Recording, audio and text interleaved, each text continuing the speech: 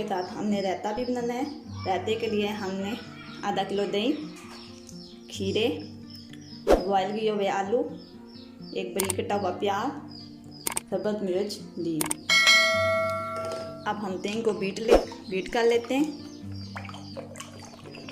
इसकी गुठलियाँ खत्म हो जाए। सही करके हम दही को बीट करेंगे। हमने दही को बहुत अच्छी तरह बीट कर लिया। अब हम इसमें प्याज को शामिल करते हैं। हमने प्याज को बारीक बारीक काट लिया। अब हम इसमें आलू जो हमने बॉयल कर लिए थे छोटे छोटे पीसेस में हमने काट लिए, इनको भी हम शामिल कर लेते हैं।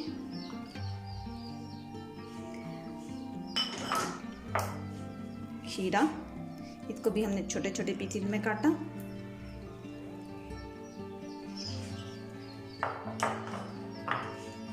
सब्ज़ मिर्च,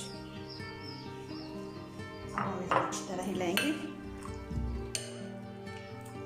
हमारा बहुत ही प्यारा रायता तैयार हो गया।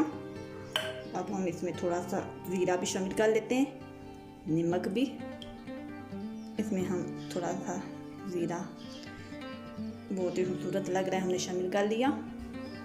नमक भी हम इसमें शामिल कर लेते हैं। नमक आप हस्बे जायका इस्तेमाल कर सकते हैं। बहुत ही प्यारा हमारा रायता भी चावलों के साथ रेडी हो गया।